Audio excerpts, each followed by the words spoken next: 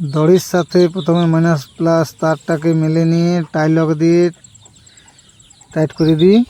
তারপর নির্দিষ্ট দূরত্ব অনুযায়ী দুটো তারকে কেটে নিয়ে যাতে রাইসের চেনগুলো সোল্ডিং করতে সুবিধা হয়।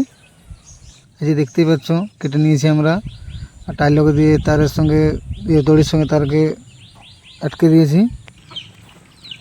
এই যে চেনগুলো আমরা নির্দিষ্ট দূরত্ব অনুযায়ী 1.5 ফুট অন্তর অন্তর দিয়েছি, পরপর 4টি করে কালার দিয়েছি এবং 4টি করে চেন দিয়েছি পরপর। এই যে সোল্ডিং করে ট্যাপ করা হয়ে গেছে। সোল্ডিং করলে কী হয় যে জল তল পালেও কার্বন জমে না, লাইটে ডিস্টার্ব হয় না।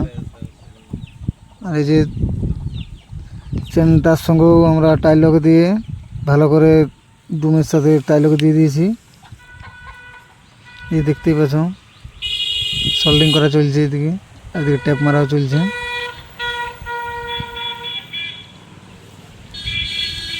ফিনিশিংটা দেখো।